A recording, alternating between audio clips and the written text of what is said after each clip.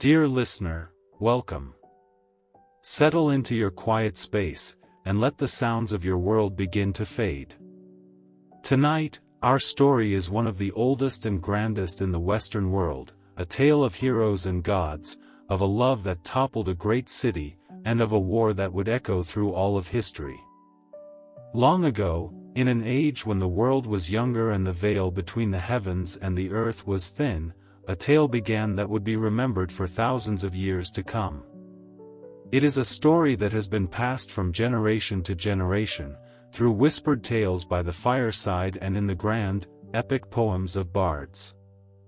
Our tale does not begin with the thunderous clash of bronze weapons or the sorrowful cries of dying men.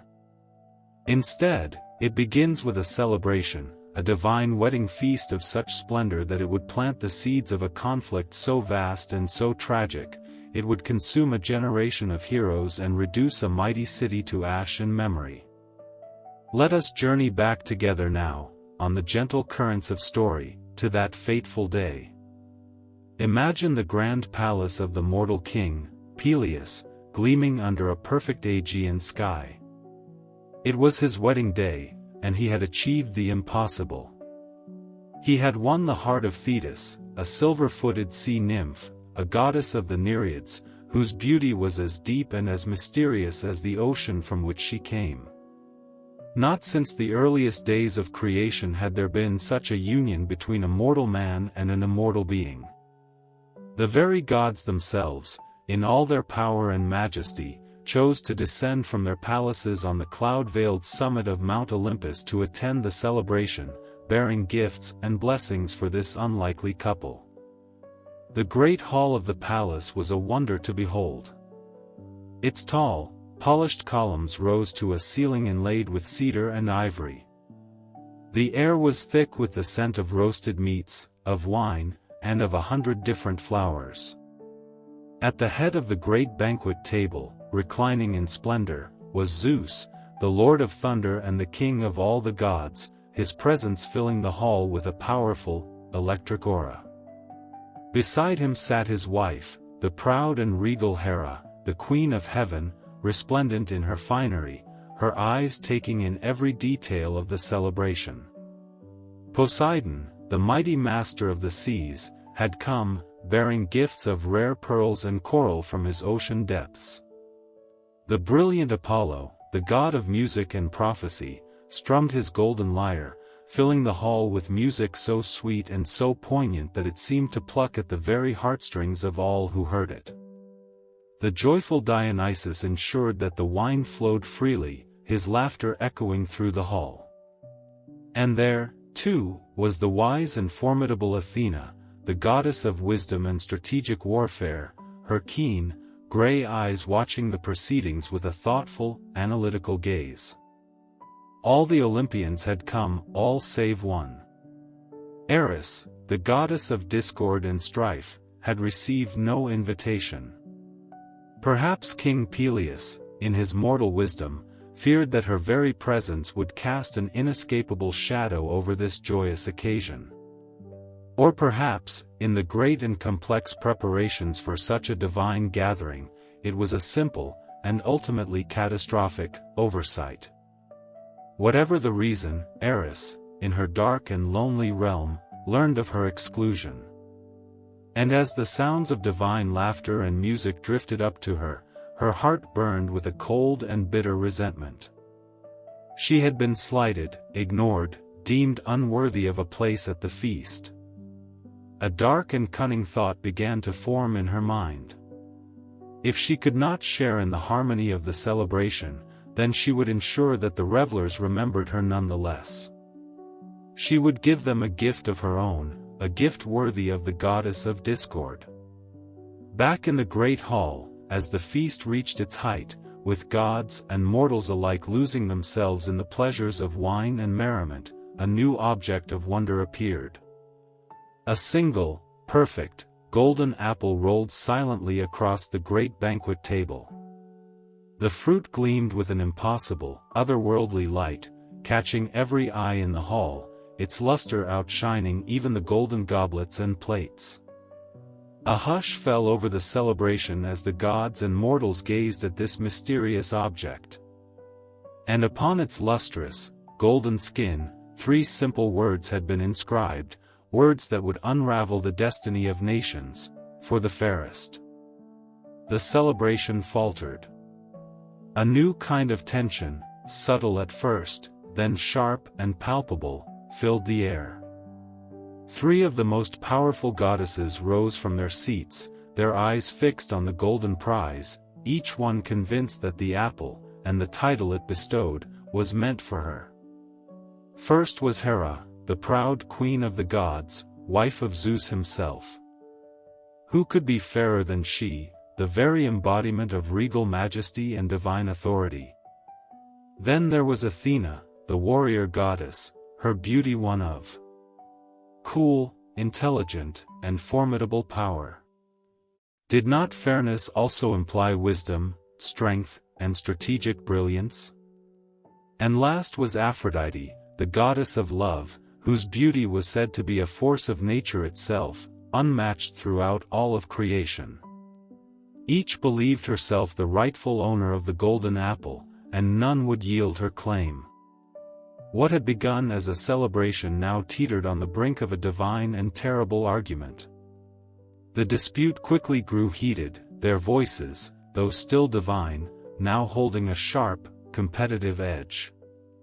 They appealed to Zeus, the king of the gods, to judge between them. But Zeus, for all his power, was too wise to make such a dangerous choice. How could he possibly name one of them fairer than the others, especially when his own powerful and famously jealous wife was one of the contenders? He knew that to choose one would be to earn the eternal enmity of the other 2. And so, with a sigh that held the weight of a coming storm, he declared that this judgment was not for him to make. Instead, he appointed a judge from among mortals, a simple shepherd prince who, at that very moment, was watching his flocks on the quiet, sun-dappled slopes of Mount Ida. The fate of the world, the cause of a great and terrible war, now rested in the hands of a boy who knew nothing of the intrigues of gods or the destinies of nations. In the great hall of King Peleus, a stunned silence had fallen. The golden apple, that beautiful and terrible fruit, lay upon the banquet table, its inscription, for the fairest, a challenge that had set 3 of the most powerful goddesses against one another. Zeus, the king of gods and men, looked upon the scene with a heavy heart. Before him stood his proud and regal wife, Hera, queen of heaven, his wise and formidable daughter, Athena, the goddess of wisdom, and the impossibly beautiful Aphrodite, the goddess of love. He knew that to choose one would be to earn the eternal enmity of the other 2, a price that even the Lord of Olympus was unwilling to pay. And so, with his customary wisdom, he deferred the judgment. This decision, he declared, was too fraught with peril for a god to make. It would be decided by a mortal. He chose a young prince who lived far from the splendors and intrigues of divine society, a man who, at that very moment, was tending his father's flocks on the quiet, sun-dappled slopes of Mount Ida, near the great city of Troy. This young man was Paris, a son of King Priam of Troy. Though he was born to royalty, fate had dealt him a strange hand. Years earlier, on the eve of his birth, his mother, Queen Hecuba, had dreamed that she would give birth not to a child, but to a flaming torch that would consume their entire city. The alarmed king, fearing the prophecy, had ordered the infant to be exposed on the mountainside to die. But a kindly shepherd had found the child and, taking pity on him, had raised him as his own. And so Paris grew up in the peaceful innocence of the mountain pastures, unaware of his royal blood, his mind filled not with matters of state, but with the simple rhythms of the seasons and the care of his flock. It was to this forgotten prince that the fate of the world would now be entrusted. Imagine the scene on Mount Ida. The air is warm and scented with pine. A young man, handsome and strong, is resting in the shade of an ancient tree, playing a gentle melody on a reed pipe, his sheep grazing peacefully around him. Suddenly, the air grows still. The music of his pipe falters. A strange and powerful light descends upon the mountainside. Before him stands Hermes, the fleet-footed messenger of the gods, his winged sandals hovering just above the ground. And with him are the three rival goddesses, their beauty so radiant, so overwhelming, that Paris shields his eyes. But the gods had given him the sight to behold their true forms without being consumed by their glory. Hermes explained the situation, presenting him with the golden apple. Zeus, he said, had chosen him, for his renowned fairness and handsome features, to be the judge in this divine contest. Paris, startled and overwhelmed, at first refused. How could a simple mortal presume to judge the beauty of the immortals? But the command of Zeus could not be denied. And so, with a trembling hand, he accepted his task. Each of the three goddesses, eager to win the golden apple, then approached him and offered a gift, a bribe beyond all mortal imagining, if he would choose her as the fairest. Hera, the Queen of Heaven, spoke first. Her voice was regal and commanding, filled with the authority of one accustomed to being obeyed. "Look at me, shepherd boy," she said. "Choose me as the fairest, and I will give you a gift worthy of a queen. I will make you a king among kings. You shall rule not just a city, but a vast empire that spans the known world. Power will be yours, and the respect of all men." As she spoke, she conjured in his mind a vision of himself, seated on a golden throne, the rulers of nations bowing before him. Then came Athena, the goddess of wisdom, her keen, gray eyes gleaming with intelligence. "Power is fleeting," she said, her voice clear and strong. "Choose me, and I will grant you a gift that will never fade, wisdom. I will make you the wisest of all warriors. Victory will follow you in every battle. Your name will be remembered for all time, not for the lands you rule, but for your brilliant strategies and your unmatched skill in combat. You will be a hero whose glory will never die." And in his mind, he saw himself on the battlefield, a brilliant commander, his strategies unfolding with the perfection of a master's chess game, his name sung by bards in every great hall. Last came Aphrodite, the goddess of love. She did not speak of power or glory. She moved closer, and when she spoke, her voice was like warm honey, a gentle whisper that seemed to speak directly to the desires of his young heart. "What use is power or glory," she asked softly, "if your bed remains cold at night? A king's crown is a heavy burden, and a warrior's fame is a lonely comfort. Choose me, Paris, and I will give you the one gift that makes all others seem as dust. I will give you the love of the most beautiful woman in the world. Helen of Sparta, whose beauty is said to rival the goddesses themselves, will be yours. No man who looks upon her will not envy you." Paris, young and filled with the passions of youth, looked at the three goddesses. He weighed the promise of empire, the promise of immortal glory, and the promise of love. And for him, the choice was simple. What were kingdoms or battlefields compared to the promise of possessing the most beautiful woman in the world? He hardly hesitated. He walked forward and handed the golden apple to Aphrodite, naming her the fairest of the three. In that single, fateful moment, on a quiet mountainside far from the great kingdoms of men, the first stone in an avalanche of war was set loose. Aphrodite, delighted with her victory, smiled and reminded Paris of her promise. But Hera and Athena departed in a cold and terrible anger. Their divine pride had been wounded, and their anger now festered into a deep and implacable hatred, a hatred directed not just at the young prince who had slighted them, but by extension, at his entire home city of Troy. They vowed that one day, the city and its people would pay a terrible price for the judgment of this shepherd boy.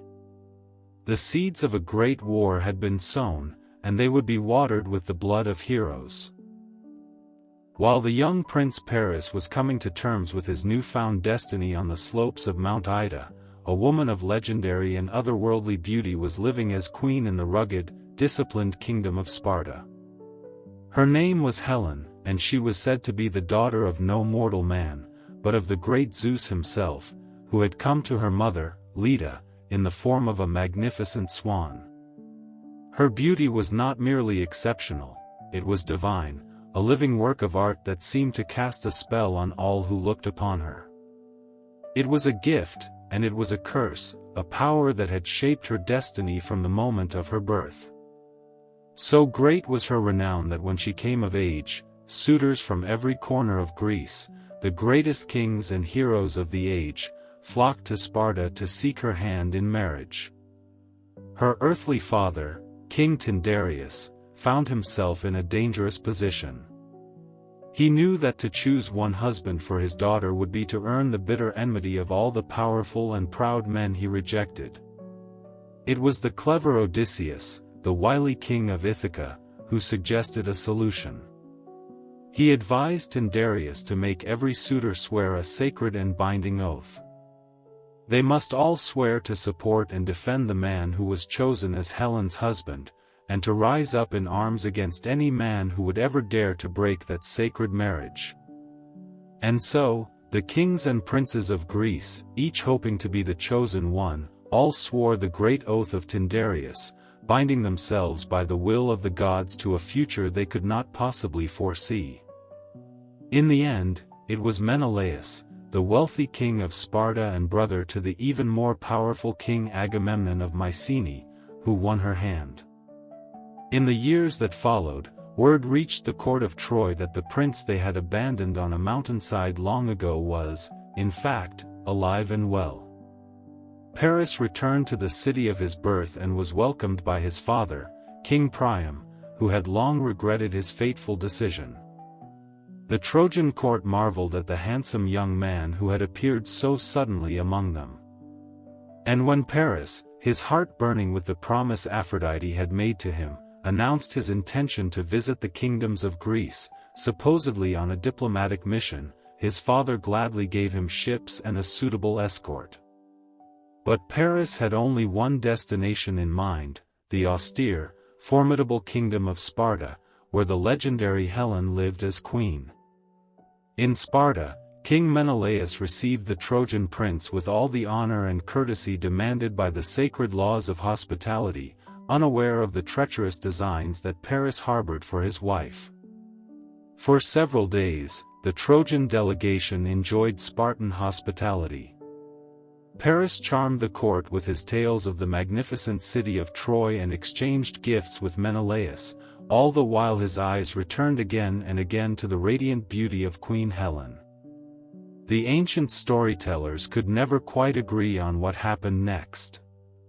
Some say that Helen, tired of her stern and warlike husband, fell passionately in love with the handsome young prince from the east. Others say that she was merely enchanted, her will stolen by the irresistible divine magic of Aphrodite. And still others claim that she was taken entirely against her will. What is certain is that when Menelaus was called away from Sparta to attend funeral rites for his grandfather in Crete, Paris seized his opportunity. As the Spartan king sailed away, Paris and Helen boarded a Trojan ship under the cover of darkness, taking with them not only the queen of Sparta, but a considerable portion of Menelaus's royal treasure. By the time Menelaus returned home to find his wife and his wealth gone, the Trojan ships were already far out on the wine-dark sea, their sails set for the distant shores of Asia Minor. The king's rage shook the very foundations of his palace. The abduction, or elopement, was not merely a personal betrayal, it was a grave insult to Greek honor, a flagrant violation of the sacred bonds of hospitality. Menelaus wasted no time. He sent messengers to his powerful brother Agamemnon, the high king of Mycenae, and he sent other messengers to every corner of Greece, reminding all the former suitors of the oath they had sworn so many years before. The time had come for them to make good on their solemn promise, to defend the marriage of Helen, and to punish the city that had harbored the prince who had broken it. The kings of Greece would go to war, and the great, wealthy city of Troy would be their target. The gears of fate, set in motion by a golden apple at a wedding feast, were now turning inexorably toward conflict, a conflict that would consume a generation of heroes and reduce a mighty city to nothing but ashes and memory. When King Menelaus of Sparta returned to his palace to find his queen gone and his treasure chambers plundered, a terrible, grief-stricken rage seized him. But this was more than a personal betrayal, it was a profound insult to the honor of every Greek king, a flagrant violation of the sacred laws of hospitality that bound their entire civilization together. The news of Helen's abduction by the Trojan prince, Paris, spread like wildfire across the Aegean. It was carried by swift-oared galleys from island to island, and by fast-running messengers along the dusty roads of the mainland.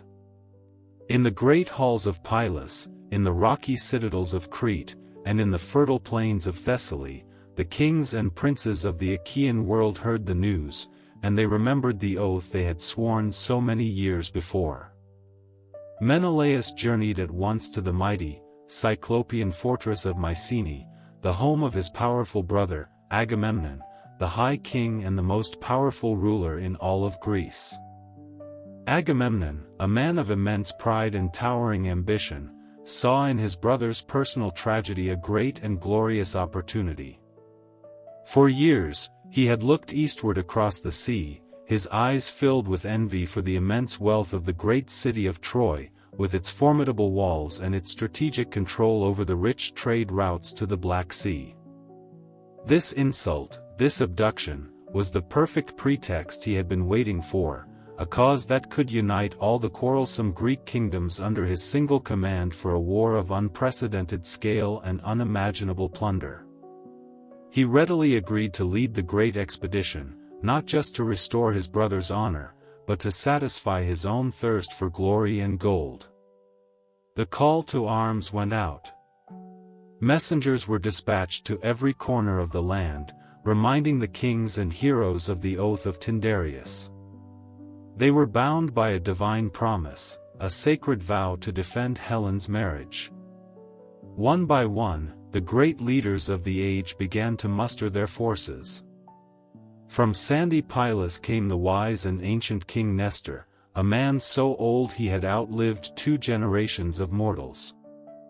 He was too old to fight with the strength of his youth, but his counsel, honed by a lifetime of experience, was more valuable than 1,000 spears. From Argos came the mighty Diomedes, a warrior second only to the great Achilles in strength and courage. From Salamis came the 2 heroes named Ajax, the towering Ajax the Greater, a giant of a man whose shield was like a tower, and the swift Ajax the Lesser, a fast and ferocious fighter. The heroes of the age were gathering, their black ships being dragged down from their sheds and prepared for the long voyage. But not all the heroes answered the call with such eagerness. Some, bound by the oath, were nonetheless reluctant to leave their homes and families for a distant war over a faithless queen. The most famous of these was the cleverest of all the Greeks, Odysseus, the wily king of the small, rocky island of Ithaca. Odysseus was a man who prized intelligence over brute force, a master of strategy and deception. He had only recently been reunited with his beloved wife, the wise and patient Penelope, and they had just had their first child, an infant son named Telemachus. He was deeply in love with his wife and his home, and the thought of leaving them for a decade-long war filled him with dread. When the messengers from Agamemnon arrived on the shores of Ithaca, they found a strange sight. Odysseus was plowing the sandy beach near the sea, but his plow was yoked to an ox and a donkey, two mismatched animals that made the work impossible. And as he plowed, he was not sowing seed, but casting handfuls of salt into the furrows, a clear act of a man who had lost his mind. He was feigning madness, hoping that the envoys would see him as unfit for war and leave him to his peaceful life. But among the envoys was a man named Palamedes, a man almost as clever as Odysseus himself. He saw through the ruse. To test the king's sanity, Palamedes took the infant Telemachus from his cradle and placed him directly in the path of the oncoming plow. For a moment, Odysseus continued his charade, his eyes wild, his movements erratic. But as the plowshare drew near to his own son, his fatherly love overcame his clever deception. He swerved the plow sharply, revealing his sanity in that single, instinctive act of protection. Trapped by his own cleverness, Odysseus had no choice but to honor his oath and join the great expedition. But he never forgave Palamedes for his cruel trick, a grudge that would have its own tragic consequences years later on the plains of Troy. Another, even greater hero was also missing from the gathering host. This was Achilles, the son of the mortal king Peleus and the sea goddess Thetis. He was the greatest warrior of his generation, a demigod of unmatched speed and strength, his only vulnerability being the heel by which his mother had held him when she dipped him in the magical waters of the river Styx. But a prophecy had been made about him at his birth. He was destined for one of two fates. He could either live a long, peaceful, and unremarkable life, dying of old age, unknown to history. Or, he could go to Troy, where he would win eternal, undying glory, but where he was fated to die young. His mother, the goddess Thetis, her heart breaking at the thought of losing her son, was determined to defy the prophecy. To hide him from the war, she took the young Achilles to the remote island of Scyros and disguised him as a girl. She entrusted him to the care of King Lycomedes, where he lived among the king's daughters, his true identity a closely guarded secret. He spent his days in the women's quarters, learning to weave and to sing, his warrior's spirit hidden beneath fine linen robes. But the Greek seer, Calchas, had made another prophecy: without Achilles, the great city of Troy could never be taken. And so, Agamemnon dispatched the clever Odysseus to find the hidden hero. Odysseus, once again using his cunning, arrived at the court of Scyros disguised as a traveling merchant. He laid out his wares for the king's daughters: beautiful fabrics, intricate jewelry, and other fine trinkets. But among these feminine treasures, he also placed a magnificent sword, a gleaming bronze shield, and a finely crafted spear. As the princesses gathered around, admiring the silks and the jewels, Odysseus had one of his men sound a loud blast on a war horn, a signal that the palace was under attack. The princesses screamed and scattered in panic. But one of them, the young Achilles, reacted instinctively. Forgetting his disguise, he tore off his veil, seized the sword and shield, and assumed a warrior's stance, ready to defend the court. In that moment, his true nature was revealed. Odysseus smiled. He had found his man. He convinced the young hero to join the expedition, appealing to his thirst for glory, for Cleos, the immortal fame that was a hero's ultimate prize. And so Achilles, choosing a short life of eternal glory over a long life of obscurity, agreed to sail for Troy. Finally, after all the heroes had been gathered, the great fleet assembled at the port of Aulis. It was a sight of breathtaking and terrible majesty. 1,000 black-hulled ships, and more, filled the bay, their tall masts like a great, leafless forest. Their prows were carved into the shapes of fierce beasts, their eyes seeming to stare eastward, towards the distant prize. The beaches were a chaotic, teeming city of men, the camps of 100 different kings and their armies, their armor and their bronze weapons gleaming in the sun. The air was filled with the sounds of preparation, the clang of hammers on anvils, the shouts of commanders, and the low murmur of tens of thousands of warriors, all of them bound by a single oath, all of them ready to sail across the wine-dark sea to bring ruin upon a city they had never seen. The greatest army the world had ever known was ready. All they needed now was a favorable wind. The great harbor at Aulis was a sight of breathtaking and terrible majesty. It was a forest of timber, 1,000 tall masts piercing the clear blue sky, their furled sails hanging limp and motionless like the banners of a sleeping army. On the shore, a sprawling city of tents and temporary shelters had sprung up, a chaotic, teeming encampment that housed the greatest military force the ancient world had ever seen. 100,000 men, kings and princes, nobles and common soldiers, had gathered from every corner of Greece, their bronze armor and their ashwood spears gleaming in the relentless sun. The initial excitement of the gathering, the thrill of shared purpose and the promise of glorious conquest, had been palpable. Bards had sung of the heroes of old, and young warriors had dreamed of the fame they would win on the distant plains of Troy. But now, a new and unsettling mood had begun to take hold. The winds refused to blow. For days, which stretched into agonizing weeks, the fleet remained imprisoned in the harbor. The waters of the bay, which should have been stirred by the steady breezes of summer, lay flat and still, like a vast sheet of polished bronze.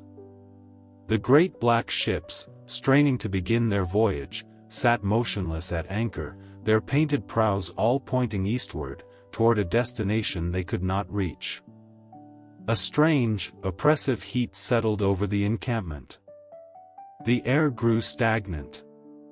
Discontent, like a slow-burning fever, began to spread through the ranks. The soldiers, far from their homes, grew restless and irritable.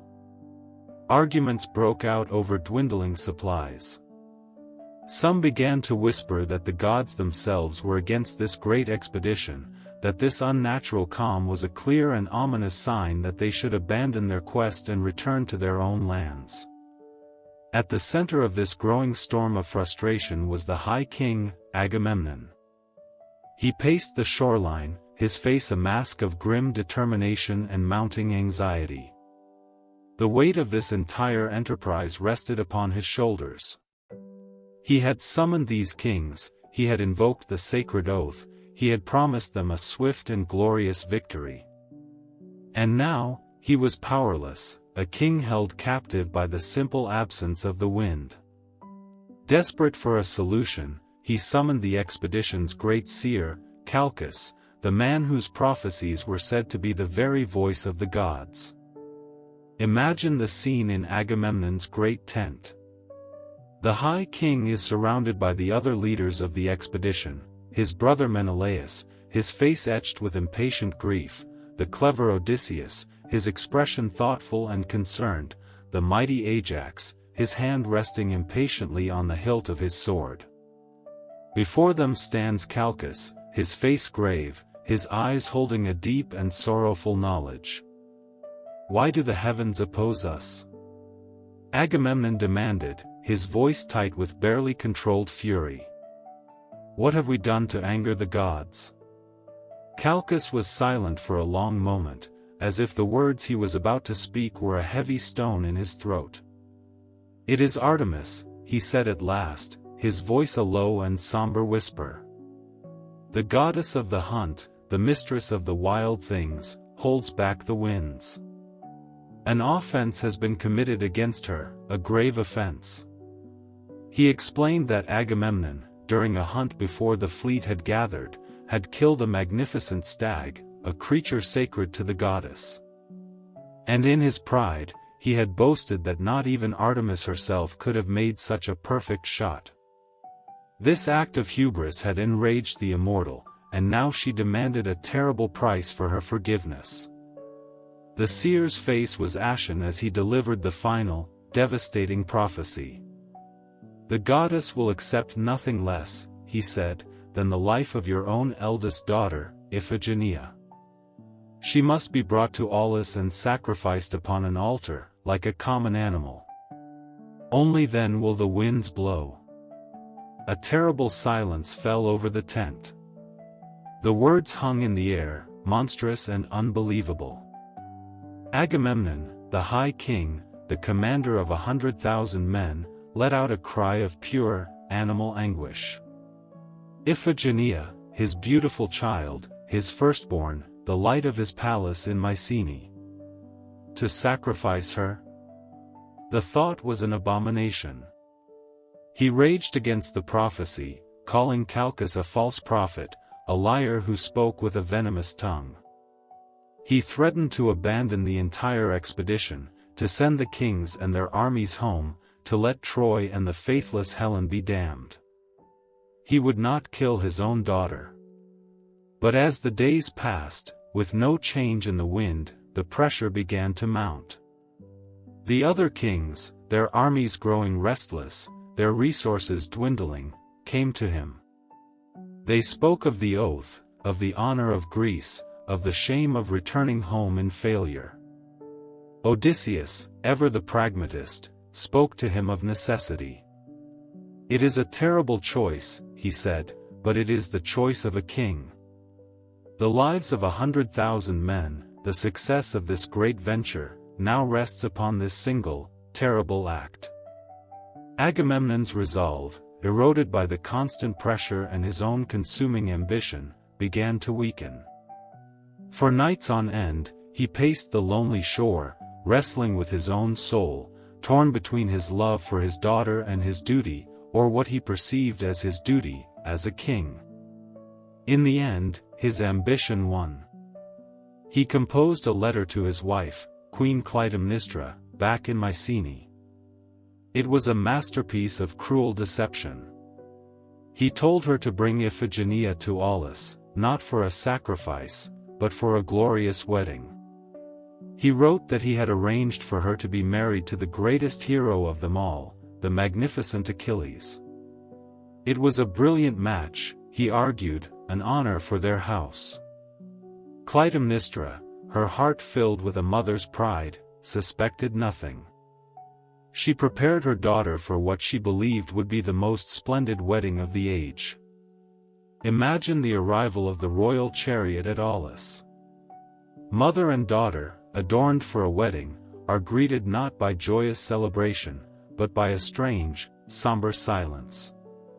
Iphigenia, young and innocent, eager to see her father and excited by the prospect of her marriage to the legendary Achilles, rushed from the chariot and into Agamemnon's arms. The king embraced his daughter, his eyes filling with tears, knowing the terrible truth of what awaited her. The accounts of what happened next, whispered by the bards for centuries, differ in their telling. Some say that when Iphigenia discovered the true reason for her journey, she displayed a courage worthy of her royal blood, and willingly offered herself for sacrifice, choosing to die for the glory of Greece. Others tell a more heartbreaking tale, that she was taken by force to the altar, crying and pleading for her life while her father, his face a mask of shame, looked away. But the most merciful version of the story holds that at the final, terrible moment, as the priest raised his knife, the goddess Artemis herself intervened. She took pity on the innocent girl, and in a flash of divine light, she spirited her away to a distant land to serve as a priestess in one of her sacred temples, leaving in her place on the altar a single, beautiful deer. Whatever the truth, after the ceremony was completed, a change was felt in the air. A single, gentle breeze stirred the dust of the encampment. Then another. The sails of the 1,000 ships, which had hung limp for so long, began to stir, then to snap and fill with a powerful, steady wind from the west. The prophet Calchas declared that the goddess was appeased.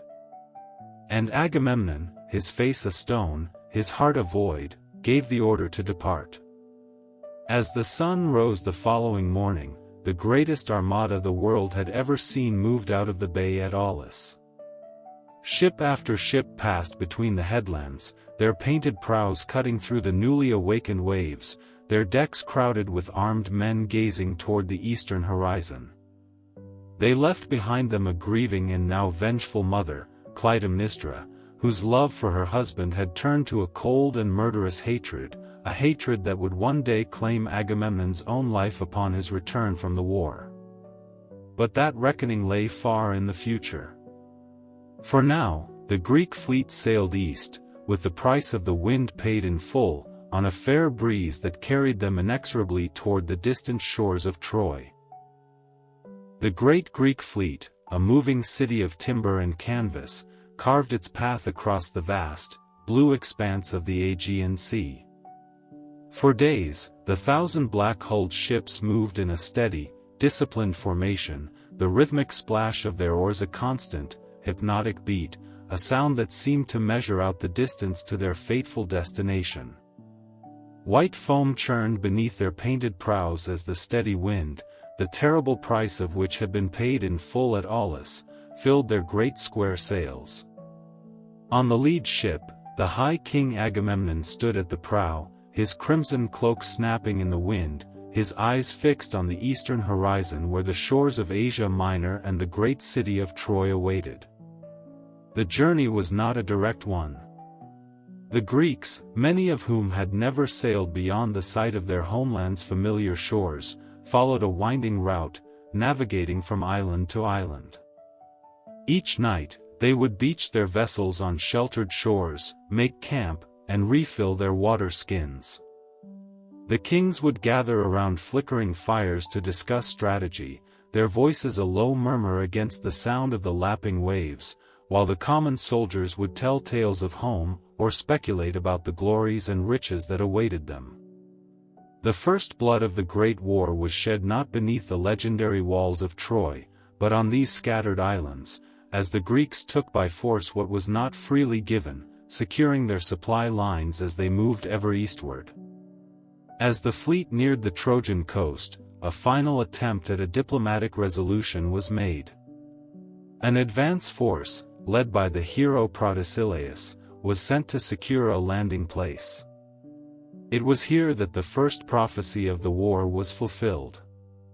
It had been foretold that the first Greek to set foot on Trojan soil would be the first to die.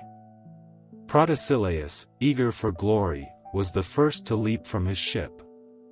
And as his feet touched the sand, an arrow from a Trojan archer, hiding among the coastal rocks, found its mark, and he fell.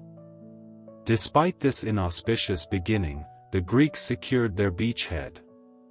And as the full armada approached the shore, an awesome sight that caused even the bravest Trojan scouts to retreat toward the safety of their city, a final embassy was sent. The clever Odysseus and the wronged King Menelaus himself, carrying olive branches as symbols of peaceful intent, approached the mighty gates of Troy. They were received in King Priam's court, and there, Odysseus spoke with all his famous eloquence, demanding the return of Helen and the stolen treasure, and fair reparation for the violation of sacred hospitality. But Paris, arrogant and still basking in the glow of his divine prize, refused. The embassy ended in failure. The last chance for peace was gone. And so began the great siege of Troy. The Greeks established their vast camp on the plains before the city, a sprawling city of tents and fortifications, their 1,000 ships dragged up onto the beach behind a great defensive palisade. From the high walls of Troy, the defenders looked down upon this sea of enemies. And for 9 long, grinding years, a bitter stalemate ensued. It became a war of endless, repetitive cycles. The Greeks, for all their numbers and their great heroes, could not breach the mighty, God-built walls of Troy. And the Trojans, despite the leadership of their great champion, Hector, could not drive the invaders back into the sea. The war spread beyond the plains of Troy itself. Achilles, the greatest of the Greek warriors, led devastating raids against Troy's allied cities up and down the coast, sacking them and filling the Greek camp with plunder and captives. It was during one of these raids that he captured the noblewoman Briseis, whom he took as his prize. Meanwhile, heroes like Odysseus and Diomedes led scouting missions and daring ambushes, using their cunning where brute force had failed. The Trojans, in turn, were not passive. Hector, Paris's elder brother and the very embodiment of Trojan nobility, led bold sorties against the Greek camp, his distinctive horsehair-plumed helmet a rallying point for his forces and a figure of dread for the Greeks. And all the while, the gods themselves watched from Mount Olympus, taking sides, intervening in the mortal conflict, deflecting arrows, strengthening the arms of their favored heroes, and sometimes even appearing on the battlefield themselves to turn the tide of a skirmish. Life settled into a grim routine. The seasons turned. The years passed. Children who had been infants when the war began were now old enough to play at fighting with wooden swords. In the Greek camp, the warriors farmed small plots of land, hunted in the nearby hills, and held athletic contests to pass the time between battles. Inside the great walled city, conditions slowly deteriorated. The constant state of alert wore on the citizens, and the memory of a world at peace began to feel like a distant dream. The war might have continued in this grinding, indecisive way for another decade, had not a fateful quarrel erupted in the Greek camp in the 10th year of the siege, a dispute between two proud kings that would change the course of the war and lead to the deaths of its greatest heroes. During a successful raid, the Greeks had captured two beautiful maidens, Chrysis and Briseis. Chrysis was given to the High King, Agamemnon, as his prize. But she was the daughter of a priest of the god Apollo. And when Agamemnon refused to return her to her father for a handsome ransom, the priest prayed to his god, and Apollo, enraged by the insult, sent a terrible plague down upon the Greek camp. For days, the funeral pyres burned, and the army was decimated by the god's arrows of pestilence. Finally, the seer Calchas revealed the cause of the god's anger. Under pressure from the other Greek leaders, a reluctant and humiliated Agamemnon agreed to return Chrysis to her father to end the plague. But the High King's pride demanded compensation. "If I must lose my prize," he declared before the assembled kings, "then I shall take one of yours in her place." And his arrogant eyes fell upon Achilles, the greatest warrior of them all. "I will take Briseis, your captive, to replace the woman I have lost." The insult was profound, a public dishonoring of the Greeks' most valuable warrior. And in that moment, the fate of the war was sealed. In the 10th year of the great and wearying war, a terrible pestilence descended upon the Greek camp. It came silently, carried on the shafts of an unseen archer. Men and mules alike began to sicken and die, their bodies consumed by a sudden, burning fever. The funeral pyres, which had burned intermittently for 9 long years, now blazed day and night, casting a grim, flickering light upon the camp and sending thick, oily columns of smoke into the stagnant air. The army was being decimated, not by the spears of the Trojans, but by the invisible arrows of a vengeful god. On the 10th day of the plague, the great hero Achilles, his heart aching for his dying comrades, called a general assembly of the troops. He could no longer stand by and watch the army waste away. Before the assembled kings and warriors, the seer Calchas, his face pale with fear, revealed the cause of the god's anger. The plague was the work of Apollo, the far shooter, enraged by the insult done to his priest. The High King, Agamemnon, had taken the priest's daughter, Chrysis, as his war prize and had arrogantly refused to return her for a handsome ransom. To appease the god, Calchas declared, Chrysis must be returned to her father, freely and without ransom, and a sacred offering must be made to the Lord of the Silver Bow. A dark and thunderous look came over Agamemnon's face. He was the High King, the commander of this entire expedition, and he felt his authority being publicly challenged. He rose to his feet, his pride wounded, his eyes flashing with anger. "Always you prophesy evil, seer of sorrows," he roared. "Very well. I will return the girl. I will do what is necessary to save the army. But do you all expect me, the King of Kings, to be left without a prize? I will not be the only one among the Greeks to be so dishonored. If I must give up my prize, then I shall take a new one to replace her." As he spoke, his arrogant gaze fell upon Achilles, the son of Peleus, the greatest warrior of them all. Achilles, who had been sitting quietly, now felt a cold fury rise within him. He saw the injustice of it all. It was Agamemnon's arrogance that had brought this plague upon them, and now it was he, Achilles, who was to pay the price. He sprang to his feet, his voice ringing with contempt. "You greedy, shameless dog," he cried. "We followed you here across the wine-dark sea, not for any quarrel of our own with the Trojans, but to win honor for you and your brother. And this is our reward? You threaten to steal the prize that the army rightfully awarded to me for my efforts in battle?" The argument escalated, their angry words flying back and forth like poisoned darts. Agamemnon, his pride stung by Achilles' defiance, made his threat explicit. "I will return Chryses," he declared, his voice hard as iron. "But then I will come to your own tent, Achilles, and I will take your prize, the fair-cheeked Briseis, with my own hands. So that you, and every man here, will know that I am the king, and that none may stand against my will." A terrible silence fell over the assembly. The insult was absolute, a public and deliberate dishonoring of the greatest hero of the age. Achilles' hand flew to the hilt of his great silver-hilted sword. For a moment, he stood trembling with rage, his mind torn between striking down the arrogant king where he stood, or swallowing his fury.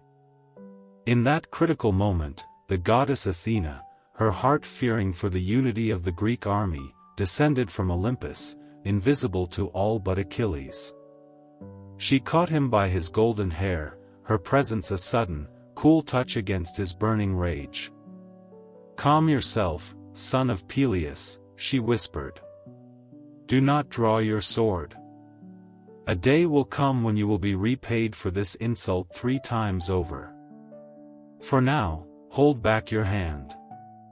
Achilles, his rage checked by the divine command, slowly released the hilt of his sword. But the fire in his heart was not quenched. It had merely been turned inward, where it would now smolder into a deep and terrible wrath. He turned back to Agamemnon, his voice now low and filled with a chilling finality. "I swear a great oath," he said.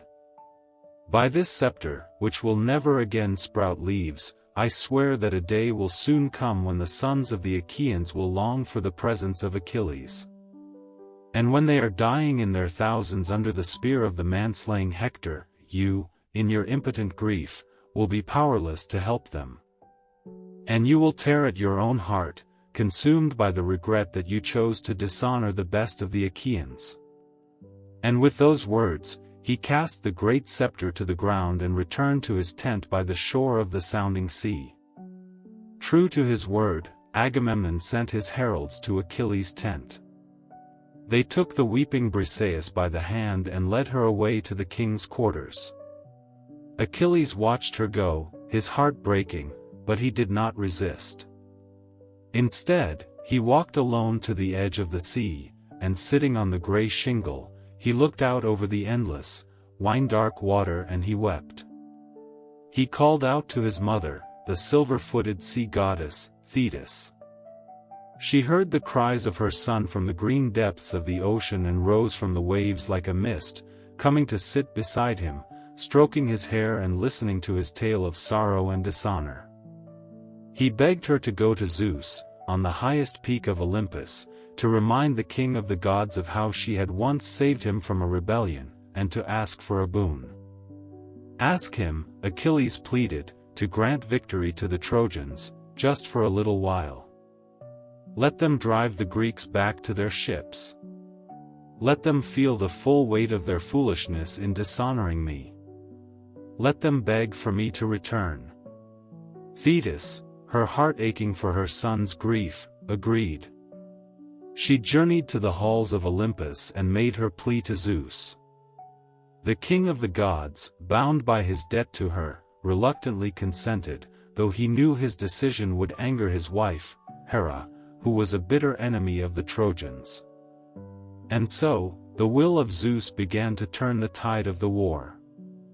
With Achilles and his fearsome Myrmidon warriors withdrawn from the battle, a great void was left in the Greek line. The Trojans, led by their magnificent champion, the great Hector, now fought with a renewed courage. They surged out from the city gates, and for the first time in 10 years, they began to push the Greeks back across the plain. The fighting grew desperate. Greek heroes who had seemed invincible now fell before the might of Hector's spear. The Achaean line bent, then broke. They were driven back, past their defensive ditch and palisade, all the way to their ships. The Trojans, smelling victory, brought torches, intending to set fire to the Greek fleet and end the war forever. In this moment of supreme crisis, Agamemnon, his arrogance now shattered by terror, finally understood the depth of his folly. He called a council of the Greek leaders and admitted his mistake. He offered to return Briseis to Achilles, untouched, and to give him immense treasures as compensation, tripods of gold, magnificent horses, and even one of his own daughters in marriage. He sent a delegation of the most respected Greek leaders, the clever Odysseus, the mighty Ajax, and Achilles' old tutor, the wise Phoenix, to Achilles' tent to deliver this offer of peace. They found the great hero not sharpening his weapons, but sitting quietly, playing a beautiful silver lyre, singing of the glorious deeds of heroes of old, trying to soothe the great rage that still consumed his heart. The envoys delivered Agamemnon's generous offer. Odysseus spoke with all his famous eloquence, appealing to Achilles' sense of reason and his duty to his comrades. The old man Phoenix wept, pleading with him as a father would a son, reminding him of how he had raised him as a child. The great Ajax spoke bluntly, as a warrior to a warrior, telling him that his stubbornness was costing the lives of his friends. But Achilles' heart was hardened by the depth of the insult he had suffered. He rejected all their pleas. "I will not fight," he declared, his voice resonating with a deep and unyielding bitterness. "Not for Agamemnon, not for any price. Let him and his army perish. I will not lift a finger to help them until the fire of the Trojans reaches my own ships. Then, and only then, will I fight to defend myself. Until that time, I will sit here and watch him reap the rewards of his arrogance." The embassy had failed. The last hope for a reconciliation was gone. The Greek army was on the brink of total annihilation, and the greatest hero of the age sat by the sea, nursing his terrible, all-consuming rage. Smoke, thick and black and smelling of burning pitch and pine, darkened the sky above the Greek camp. The triumphant war cries of the Trojans, led by the magnificent Hector, echoed along the shoreline as they pushed the Achaeans inexorably back toward the sea that had carried them to these hostile shores 10 long years before. The first of the great black ships were now on fire, the flames licking at their tarred hulls, a sight that sent a wave of utter despair through the beleaguered Greek forces. They were fighting with desperate courage, a cornered animal biting back, but without their greatest champion, they were losing. And in his tent at the edge of the camp, Achilles, the greatest warrior of his age, sat and watched it all with a stony, chilling indifference. His legendary armor, forged by the god Hephaestus himself, hung untouched on its stand. His great spear, a gift from his father which few other men could even lift, leaned unused against the wall. The great hero's wrath, directed not at the Trojans, but at the high king Agamemnon who had so publicly dishonored him, burned cold and unyielding within him. It was his closest companion, his beloved Patroclus, who could bear it no longer. Patroclus had grown up with Achilles, his friend, his squire, his brother in all but blood.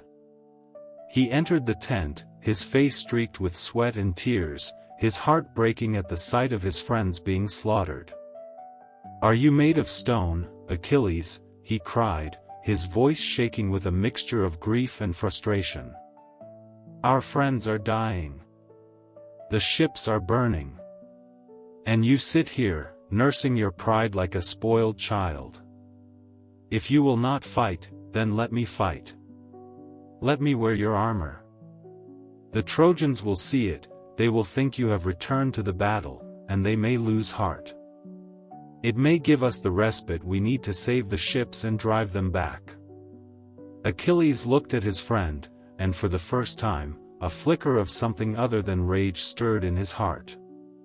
He could not deny the love he felt for Patroclus, and he could not bear the thought of losing the ships, which would mean an ignominious end for the entire army, trapped and with no means of returning home. He finally relented, but with a grave and solemn warning. "Very well, my friend," he said, his voice low and heavy. "Take my armor. Lead the Myrmidons, my own elite warriors, into the fight. Drive the Trojans back from our ships. But listen to me carefully, Patroclus. This is vital. Once the ships are safe, you must return. Do not, under any circumstances, allow the thrill of victory to carry you to the walls of Troy. The gods favor Hector within sight of his city, and I cannot bear to lose you. Do you swear this to me?" Patroclus, his heart already racing with the prospect of glory, his mind filled with the desire to save his comrades, readily agreed. He swore the oath. And so, Patroclus began to arm himself. He donned the magnificent armor of Achilles, a gift from the gods. The gleaming bronze breastplate, the ornate greaves with their silver ankle clasps, the great shield that seemed to depict the entire cosmos. And last, he placed upon his head the most distinctive piece of all, the great war helmet of Achilles, crowned with its magnificent, intimidating horsehair crest that could be seen across the entire battlefield. He looked like the great hero himself, a living god of war. The only thing he did not take was Achilles' great spear, for no man but Achilles had the strength to wield it. When Patroclus, clad in the divine armor, emerged from the tent and led the fresh, fearsome Myrmidon warriors into the battle, the effect was exactly as Achilles had predicted. A great cry went up from the Trojan lines. "Achilles! Achilles has returned!"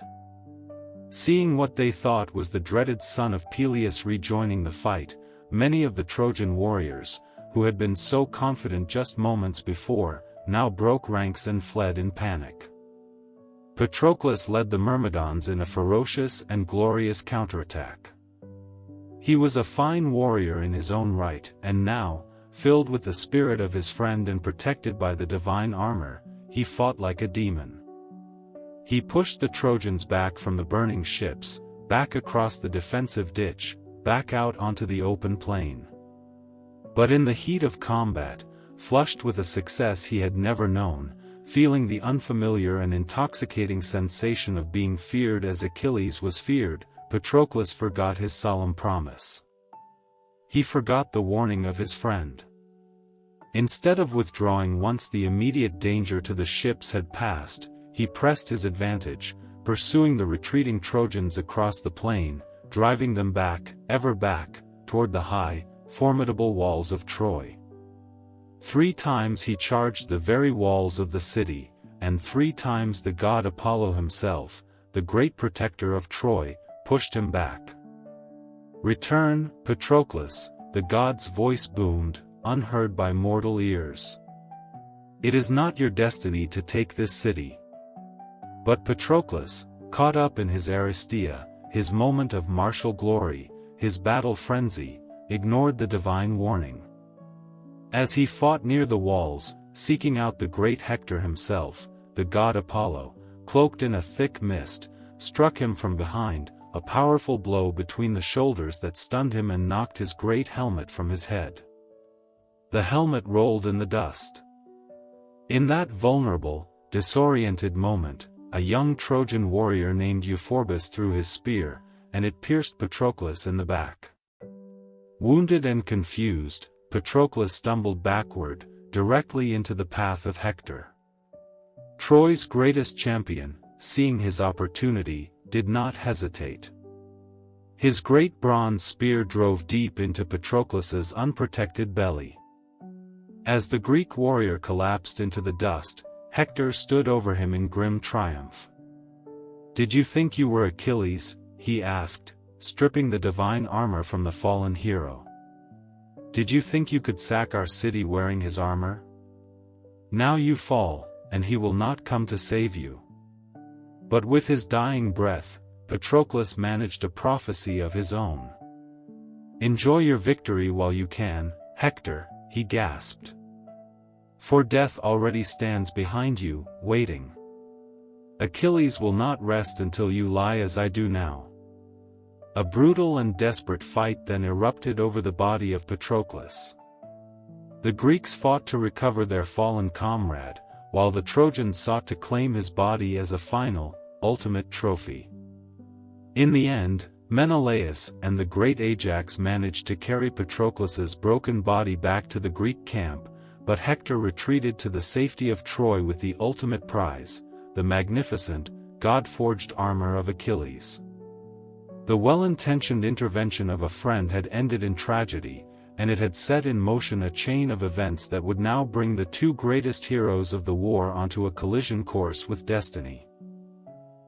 When the news reached Achilles that Patroclus had fallen, that his beloved friend, his other self, lay dead and stripped of his armor, a grief so profound and so terrible that it seemed to blot out the sun took hold of him. He threw himself to the ground in his tent, pouring black dust over his golden hair, his body shaking with great, racking sobs. His anguished cries, the roar of a wounded lion, carried across the Greek camp, chilling the blood of all who heard them. This was not the cold, calculated anger he had nursed against Agamemnon. This was a raw, primal agony, a wound to the very soul from which he knew he would never recover. His mother, the silver-footed sea goddess Thetis, heard the cries of her son from the green depths of the ocean. She rose from the waves like a mist and came to him, finding him beyond all consolation, consumed now by a new kind of wrath, a white-hot fury directed not just at Hector, the man who had struck the final blow, but at all of Troy, and even at himself for allowing his friend to go into battle alone. "I will return to the fight," Achilles vowed, his voice now a low, dangerous growl. "I will not eat or drink or sleep until Patroclus is avenged and Hector lies dead at my feet." Thetis, her heart aching with a mother's sorrow and a goddess's foreknowledge, wept. "My son," she said, her voice breaking, "if you kill Hector, your own death will follow swiftly after. This is the fate the gods have spun for you. You cannot escape it." "Then let it come," Achilles replied without hesitation, his eyes burning with a terrible, new light. "What worth has life to me now? I have failed to protect the one I loved most. I will not live with this shame. I will go to Hector, and I will take from him the life he stole from my friend. As for my own fate, I will accept it when it comes." Since Hector now possessed the magnificent armor of Achilles, Thetis journeyed to the fiery heart of Mount Olympus itself, to the great forge of Hephaestus, the lame craftsman god. She begged him to create new armor for her son, armor worthy of a demigod on his final, terrible journey. Moved by her plea, the divine craftsman worked through the night at his magical forge. By dawn, he had created the most magnificent armor ever to be worn by a mortal. The shield depicted the entire cosmos, the earth, the sea, the sun and moon, and the constellations of the stars. The breastplate shone brighter than the sun itself. The greaves were of indestructible bronze, and the great helmet was crowned with a plume of pure gold. When Thetis delivered this divine panoply to her son, Achilles wasted no time. He called for a great assembly of the entire Greek army. Before the gathered host, his voice ringing with a new, grim purpose, he formally renounced his quarrel with Agamemnon. "The anger that divided us has cost too much," he declared, his gaze sweeping over the assembled kings. "While we squabbled like children over prizes, good men have died. I return to battle now, not for you, Agamemnon, but for Patroclus, who deserved better than to die wearing my armor while I sat sulking in my tent." Agamemnon, equally eager to put their feud behind them in the face of this new, shared purpose, accepted Achilles' return without demanding apology. He immediately ordered Briseis returned to Achilles' tent, along with all the magnificent gifts he had promised. But Achilles waved them aside. "They mean nothing to me now," he said. "All that matters is getting to Hector before the sun sets." As Achilles prepared for battle, strapping on his new, divine armor, a sense of awe and terror fell over the Greek camp. When he finally charged onto the battlefield, the effect was cataclysmic. He seemed more than human, a god of vengeance descended to earth, his new armor blazing in the sun. The Trojans, who had been so confidently pursuing the Greeks just the day before, now turned and ran in blind panic. Achilles, in his grief-driven fury, was unstoppable. He was a storm, a flood, a force of nature. He cut down scores of Trojan warriors, his new spear never missing its mark. His rampage was so terrible that he plunged into the very waters of the river Scamander, slaughtering the fleeing Trojans in such numbers that the river god himself rose up in protest, his waters surging and threatening to drown the hero. Only the intervention of Hephaestus, who sent a great fire to dry up the river's fury, saved Achilles from this divine wrath. Freed from the river's clutches, Achilles continued his terrible work, driving the surviving Trojans before him like frightened cattle, all the way back to the safety of their city walls. At the great Scaean gate, only one man remained outside as the massive doors swung shut behind the retreating Trojan army. It was Hector, Troy's champion, the man who had killed Patroclus and who now wore the armor of Achilles. He waited alone to face the approaching storm. From the high walls of the city, his father, King Priam, and his mother, Queen Hecuba, pleaded with him to come inside, to save himself, to fight another day. But Hector stood his ground, bound by his own honor and the knowledge that it was his leadership that had brought them to this point. As Achilles drew nearer, even Hector's legendary courage faltered for a moment. The man approaching him seemed more a god than a mortal, his divine armor blazing, his face a mask of unstoppable, inhuman fury. At the last moment, Hector's nerve broke, and he ran. 3 times they circled the great walls of Troy, Achilles in pursuit, Hector in flight, a terrible, desperate race watched by gods and men. It was the goddess Athena who finally ended the chase, appearing to Hector in the guise of his brother, Deiphobus, and tricking him into making a stand. When Hector turned to face his attacker, believing his brother was by his side, he found he was alone. The duel between the two greatest warriors of their age was brief, but terrible. Hector fought with the desperate courage of a man defending his home, his family, and everything he loved. But Achilles fought with the transcendent, all-consuming fury of a man who had nothing left to lose. The outcome was never truly in doubt. Achilles, knowing the single weak point in his own old armor that Hector now wore, drove his spear through the gap at Hector's throat. The great champion of Troy fell into the dust.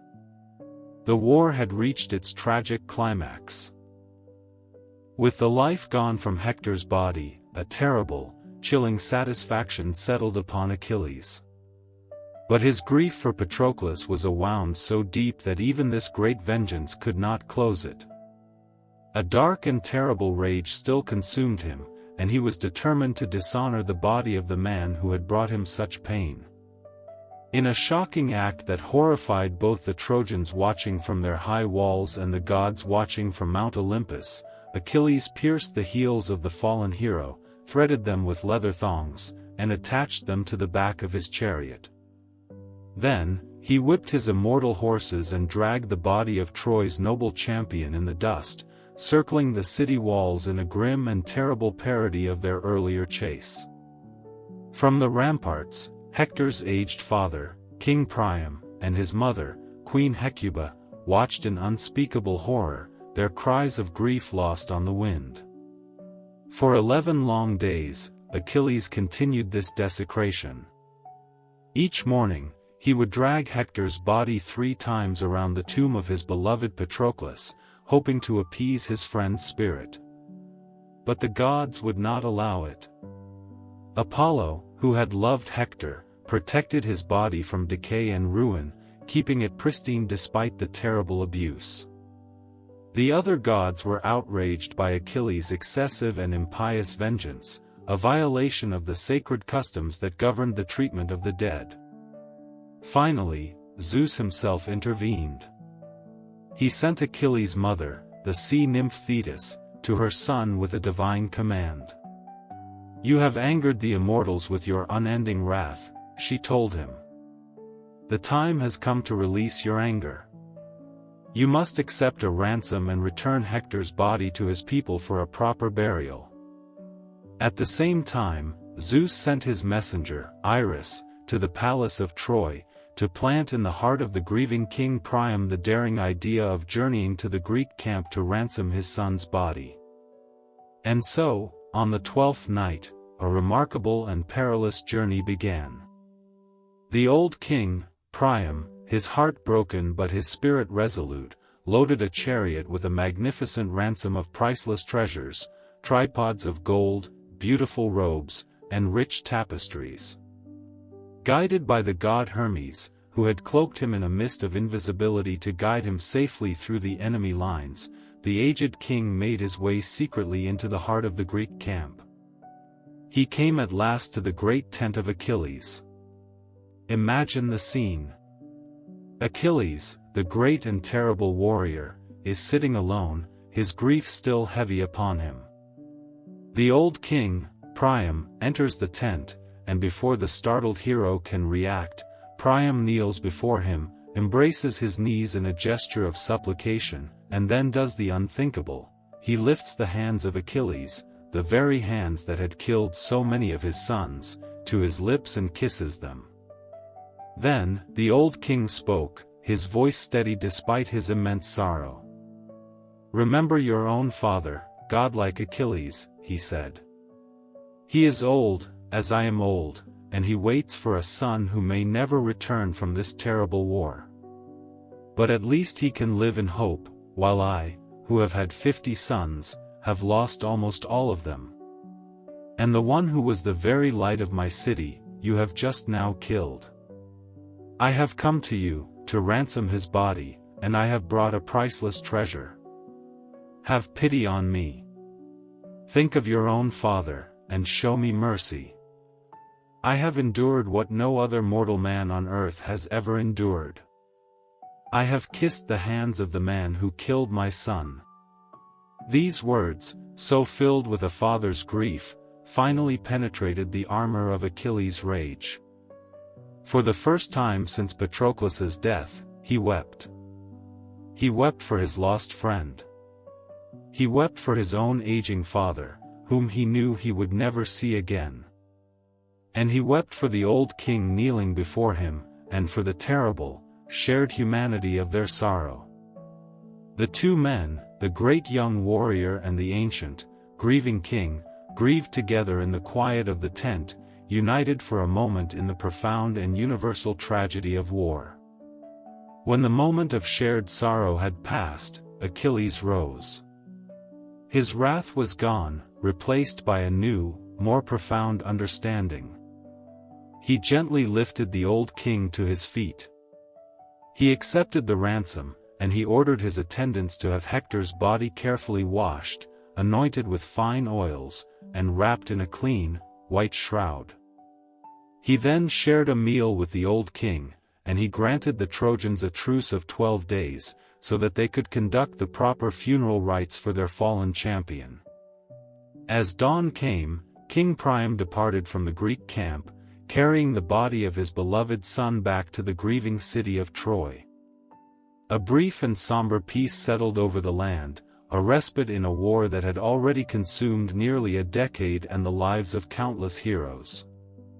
And as the great funeral pyre of Hector burned within the city walls, Achilles stood on the shore, looking out at the dark, wine-colored sea.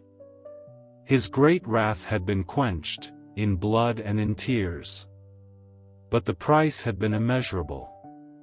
And he knew, with a quiet certainty, that the prophecy of his own death was now drawing ever closer. In the aftermath of Achilles' death, a strange and weary calm settled over the two armies. Troy had lost its greatest defender, but the Greeks had lost their greatest warrior, and victory seemed more distant than ever. The war had reached a perfect, bloody equilibrium. In this deadlock, Paris, the man who had started the war with an act of passion and had ended the life of Achilles with a fortunate shot, met his own fate. In a skirmish outside the walls, he was wounded by a poisoned arrow, shot from the mighty bow of Heracles, which was now wielded by the hero Philoctetes. The wound festered, and Paris, in his agony, sought out his first wife, the mountain nymph Oenone, whom he had abandoned for Helen years before. Only she possessed the knowledge to heal such a wound. But her heart, still bitter over his betrayal, led her to refuse him. By the time she relented and rushed to Troy with the cure, it was too late. Paris was already dead. In her overwhelming grief and regret, Oenone threw herself upon his funeral pyre. The war had consumed nearly everyone it had touched. And still, the great walls of Troy stood unbreached. It was then, in a council of the exhausted Greek kings, that the clever Odysseus, whose strategic mind had been sharpened by a decade of inconclusive warfare, conceived a plan. It was a plan so audacious, so unorthodox, that it would either bring about Troy's final downfall or result in the utter destruction of the Greek army. "We cannot defeat Troy through strength of arms," he told the assembled leaders. "Their walls are impregnable, built by the gods themselves. But what if we could convince the Trojans to bring us inside those walls of their own accord?" And so, the great stratagem of the wooden horse was born. The Greeks, under the guidance of a master craftsman, built a colossal horse of fir planks, so massive that its head scraped the clouds. Then, the entire Greek fleet, the 1,000 black ships that had dotted the shoreline for a decade, set sail and vanished over the horizon.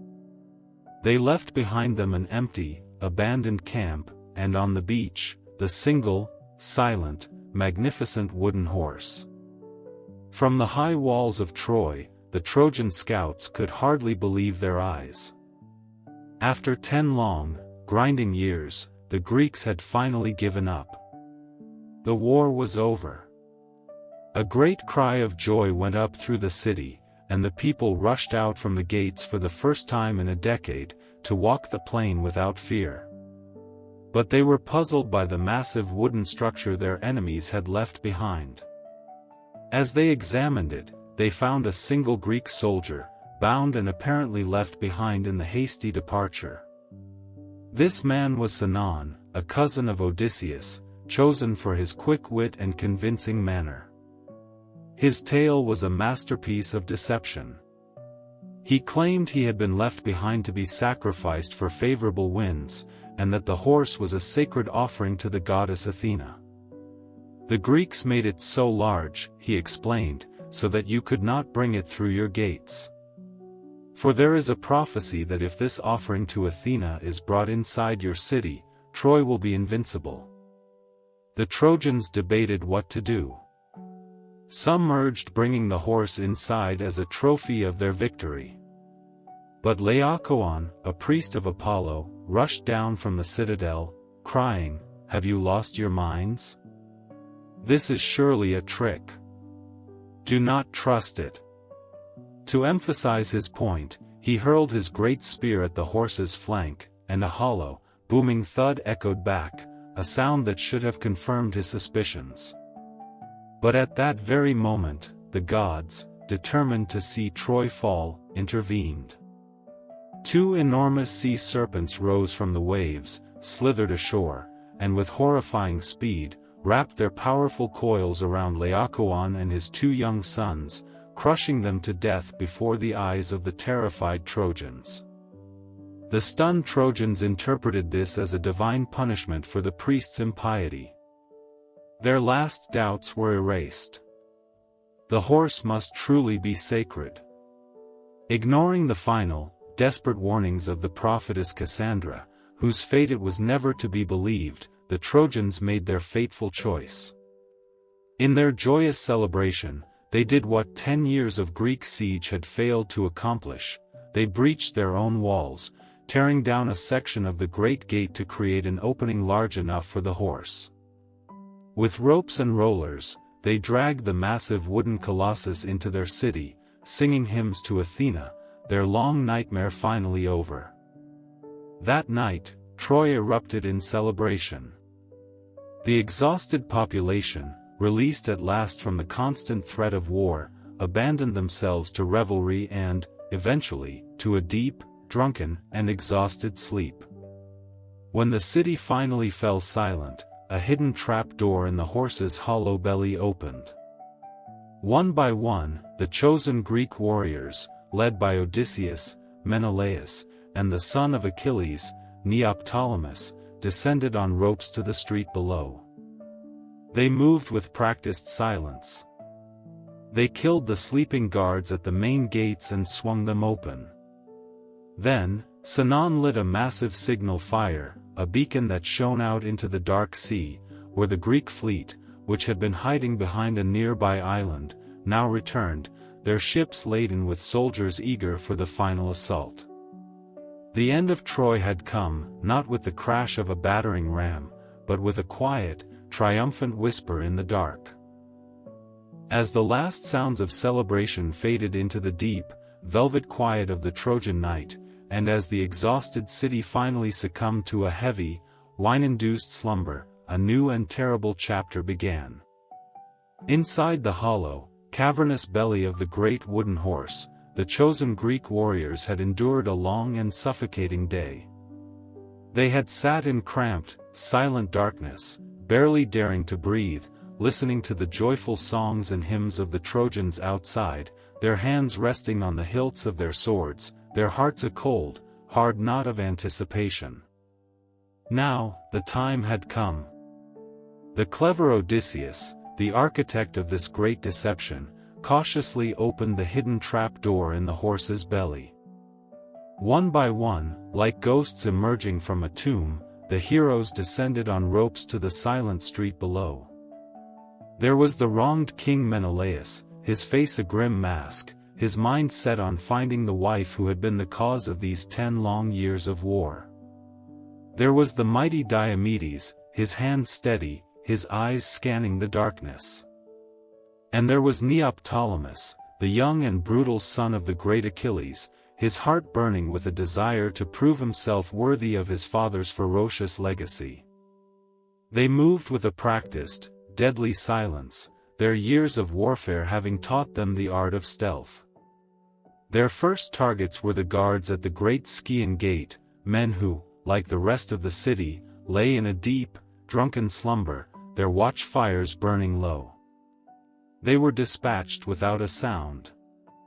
The massive gates, which had stood defiant for a decade, were now swung open from the inside.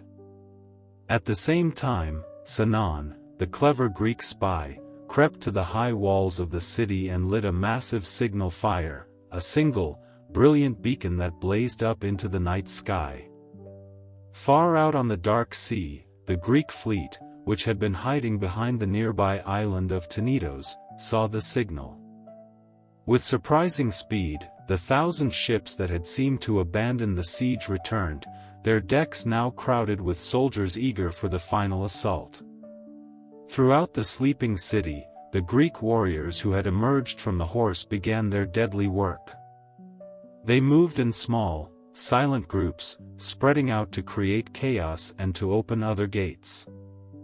And as the main body of the Greek army began to pour through the now defenseless entrances, the first cries of alarm went up from the Trojan citizens. But it was too late. What followed was not a battle, but a massacre. The Trojans, caught completely by surprise, waking from a deep sleep to the sounds of combat and the smell of smoke, had no chance to organize an effective defense. They stumbled from their homes, unarmed and disoriented, only to be cut down in the streets. The Greeks, their hearts hardened by 10 long years of war, their minds filled with the memories of their many fallen comrades, showed little mercy. Houses were set ablaze, initially to provide light for their terrible work, but soon as a deliberate tactic to drive out hiding Trojans and to add to the chaos and terror. The flames, fanned by a strong wind that seemed to be sent by the gods themselves, perhaps by the vengeful Hera and Athena, finally completing their retribution for the long-ago judgment of Paris, spread quickly from wooden roof to wooden roof, until the entire city was illuminated by a ghastly, flickering light. In the royal palace, the aged King Priam was awakened by the sounds of slaughter. Though far too old to fight effectively, he donned his armor for the first time in years, determined to die as a king, defending his home. His wife, the Queen Hecuba, begged him to seek sanctuary at the great altar of Zeus in the central courtyard, but he would not listen. His end came not in honorable combat, but in an act of terrible sacrilege that would seal the doom of his killer. The savage Neoptolemus, Achilles' son, pursued the old king through the burning palace and found him clinging to the sacred altar.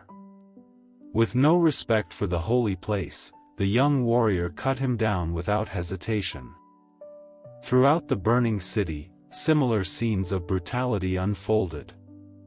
The warrior Ajax the Lesser found the prophetess Cassandra clinging to a statue of Athena, seeking the goddess's protection in her own temple. Unmoved by the sacred location or the young woman's desperate pleas, he violated her beneath the very eyes of the statue of the goddess. The goddess, outraged by this terrible desecration of her temple, marked Ajax for destruction on his journey home. In the house of Deiphobus, the prince who had married Helen after Paris's death, Menelaus finally came face to face with the woman who had been the cause, or at least the catalyst, of the entire war. Some stories say that Helen, ever the survivor, had already betrayed her Trojan husband, signaling to the Greeks from her window. When Menelaus burst into their bedchamber, his sword raised, intending to kill both his wife and her new husband, Deiphobus died quickly. But when Menelaus finally stood before Helen, her legendary beauty as radiant as ever even amidst the chaos and the fire, he found he could not strike the fatal blow. Instead, he took her by the hand and led her roughly toward the safety of the Greek ships. His quest, at least, now complete. As dawn broke over Troy, the destruction was nearly absolute. The great city, which had stood proud for centuries, was now a roaring inferno, its magnificent towers toppling, its temples looted, its streets filled with the bodies of the dead. Those Trojans who had survived, primarily the women and children, were being herded toward the beach like cattle, their future one of slavery in the distant lands of their conquerors. Among these captives was Andromache, the noble widow of the great Hector. Her grief, already immeasurable from her husband's death, was now compounded by an unimaginable horror. In a final, cold act of strategic cruelty, the Greeks decreed that no male of Priam's royal line could be allowed to live, lest he grow up one day to seek vengeance for the fall of Troy. And so, the Greek soldiers took her young son, Astyanax, the only child of Hector, and they threw him from the high walls of the city. The great queen Hecuba, who had seen almost all of her 50 sons die, now watched her last grandson perish. Her grief was so overwhelming, some say, that she was transformed into a howling dog, forever giving voice to her unending anguish. The war was over. The Greeks had achieved their victory. But it was a victory won at a terrible cost, not just in lives, but in their own humanity. And for many, the true hardships were just beginning. As the Greek fleet finally prepared to depart from the smoking ruins of Troy, laden with plunder and captives, they could not know what awaited them on the long voyage home. The gods, outraged by the many acts of impiety committed during the sack of the city, were waiting. Storms would scatter the fleet. Heroes would be blown far off course, condemned to wander for years. And some would return home only to find treachery and death awaiting them in their own palaces. The destruction of Troy marked the end of an age, the twilight of heroes. But the story of that great and terrible war would live forever, a timeless, cautionary tale of how the pride of goddesses and the passions of men could bring a magnificent city to ruin, and how even the greatest of victories can be a bitter, sorrowful thing.